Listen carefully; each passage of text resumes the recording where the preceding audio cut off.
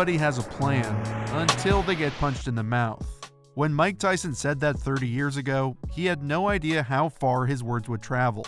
It's all I could think of while studying LSU's Jamar Chase, whose journey to the NFL and play style reflect Tyson's exact words. After the 2019 season, where Chase dominated with more than 80 catches for almost 1,800 yards, 20 touchdowns, and a mind-blowing 21 yards per reception, and the Tigers won the national championship, his path to the NFL was all going according to plan. Then, COVID hit, and he completely opted out of the 2020 season. LSU's most dangerous offensive weapon was stuck at home doing dishes and staying in shape. So now teams at the top of the draft are stuck having to base their entire evaluation on that 2019 season.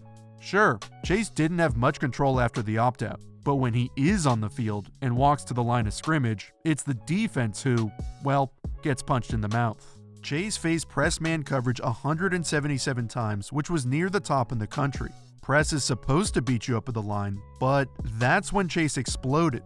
When pressed, he scored 14 of his 20 touchdowns, had 52 catches, nearly 23 yards per reception, and 4.5 yards per route run. Cornerbacks tried a variety of press techniques to slow him down, and their plans were good. But instead of Chase using nuanced techniques of his own, he just punched them in the mouth and then tear up the field. His totally unique approach goes against the grain and actually lets you contact him first, then he completely overpowers you, creating immediate separation. For every other last receiver playing football, they've been taught forever, do not let the corner into your pads. But Chase welcomes it and actually encourages it. If you take the bait and try to knock him off balance, he wants you to do that, and you've fallen right into his trap. Take this pair of examples against Auburn, where LSU's running doubles stop. The doubles concept is two verticals on the outside, with a middle read route usually run by Justin Jefferson. But to set up the next play, LSU's running stop routes on the outside. Chase uses a lot of read 'em hesitation releases, where he's really trying to get you to shoot your hands first so he can use his power to get past you. As we said, usually if the corner gets into the receiver's pads, the receiver is dead in the water, out of the play. But Chase is so freaking powerful, he wants you to get into his pad so he can muscle you off and burst past you. Sometimes receivers will use this type of release to get the corner to shoot his hands early, so the receiver can counter by knocking their hands down. But that's not really Chase's game, at least not yet. You can see him kinda use a white move where he brings his arm straight up to break the contact, but it's a little late, and while it does the job, it's not really proper technique. Where he's really good is when he mixes his power with finesse by subtly pushing off at the top of his routes to gain separation, and his impressive understanding of timing and spacing is evident when he comes back to the ball while shielding defenders away. Now that LSU has set up the vertical routes and doubles, it makes Chase's job a little easier, but he still has to win at the line and create separation.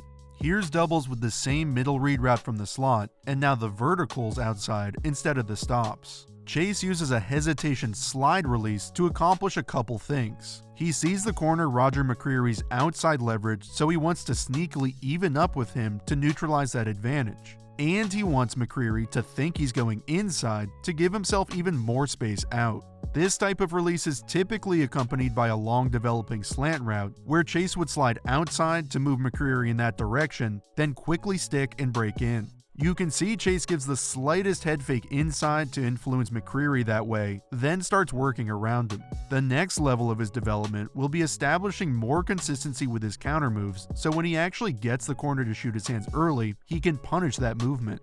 Chase uses another white move, which doesn't knock away McCreary's hands, allowing him to stay in good position. McCreary pushes him pretty far off his mark, but Chase does an excellent job re-establishing his position and maintaining space up the sideline for Joe Burrow to throw. If Chase stays along this path, there will be less space up the sideline for the QB, but since he uses his power to push back into McCreary, there's more room for him to adjust. He again uses that little push off to gain separation at the top, which is just one of the reasons he's so deadly down the field.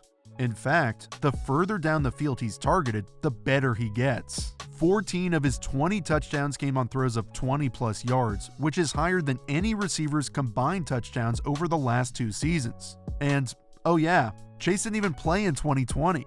He's versatile enough to be put in the slot and run underneath, but at heart, he's truly a home run hitter. And speaking of home run hitters, I want to give a huge shout out to this week's sponsor, MLB 9 Innings 21. With football season heading into the post-draft off-season pit of despair, I had actually just started playing this game, and then they reached out to me. I really like it because you kind of forget you're playing on an iPhone, and the 3D graphics look incredibly realistic. You can play a quick game just for fun, or dive into a full 162 game season with your team. You can control every aspect of the action from pitching to hitting, and this game has approximately 2,000 MLB players from the past and the present. My favorite feature is the way the game incorporates real-time MLB data to increase or decrease a player's stats based on their real-life performance, so you're not stuck with a guy who just broke out still having a crappy rating in the game. All the 2021 uniforms, stadiums, and logos are updated, and there are more than 600 player hitting and pitching forms, so the motions are customized to the players and won't just repeat every time. It's a lot of fun, and it's free to download, so if you want to check it out, just scroll down to the description box after the video, click the link, and enjoy. Now, let's get back to Chase. While he's best utilized as a deep threat, he's absolutely incredible at breaking tackles on quick hitting underneath routes. LSU positioned him in the slot 13% of the time, and on non-screen routes, he broke 16 tackles on just 36 receptions, which was way more than anybody else in the country. Even when defenses would design a specific coverage to shut down the one route Chase is running, he still made a whole lot out of nothing. On the first play of the day against Florida, LSU's dialed up one of their favorite concepts, the weak side option. Knowing receivers are counted from the outside in, number 1 runs deep to clear out the coverage, and then 2's on the option route, which moves away from the leverage of the apex defender. Since LSU uses option all the time, Florida knew to install a coverage that would take away that very concept, so they call what's known as trap coverage. Trap is contingent on the routes the offense runs. If both receivers go vertical, it plays out as regular man coverage. But if number 2 goes out within 5 yards, the cornerback flies down to trap the route, and the safety busts his butt to top number 1. So when Chase is reading the apex's leverage determining where he'll break, he needs to also be wary of the corner. He can't go out immediately because then the corner will trigger, so he has to attack straight towards the apex to hold him inside, then make his break.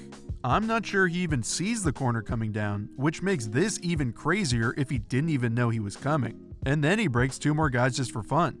You can put him in the slot, you can put him outside. If he's underneath, he'll break 3 tackles. If he's outside, he'll blast you over the top.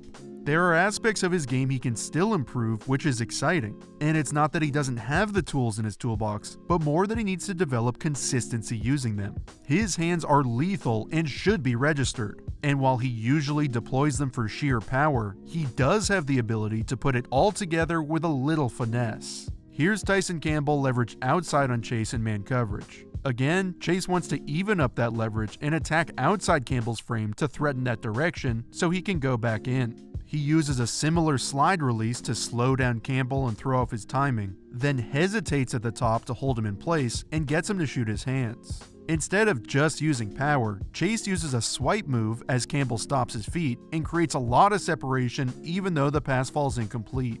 Then a few plays later, Chase shows that he can set defenders up with his release and timing to create separation, even without touching them at all. Now DJ Daniel, who earlier Chase destroyed in press coverage, so now he's not messing with him, is outside leverage in man. Here Chase uses a diamond release, which is 3 steps outside selling vertical, then breaks back in. Just like before, he's attacking Daniel's leverage while throwing off his timing, then he cuts back inside to pick up extra yards after the catch. There are still some areas of his game that need work, a few of them that we already talked about, and those issues can lead to him kinda getting whooped at the line, which throws off the quarterback's progression and timing.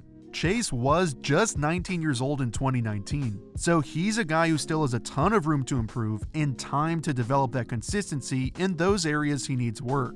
He still runs a pretty limited route tree. It's really just slants, goes, stops, and glance routes, and then sometimes the options like we saw. But since he is so young, those aren't things I'm super worried about, and he's still pretty damn effective even without expanding his tree anyways. It is certainly a concern that he was beating up guys in college with mostly raw ability, and his inconsistent technique will be exposed.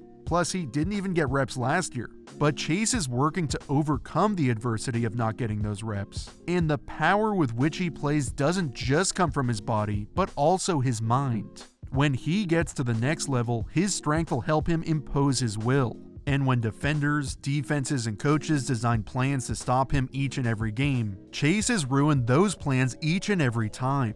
Jamar Chase is the guy who can win underneath, over the top, in the slot, or as a true X. He'll bully whoever you put in front of him, and he'll run through defenders on his way down the field. If you want to take the fight to the defense, go on the aggressive and punch them in the mouth.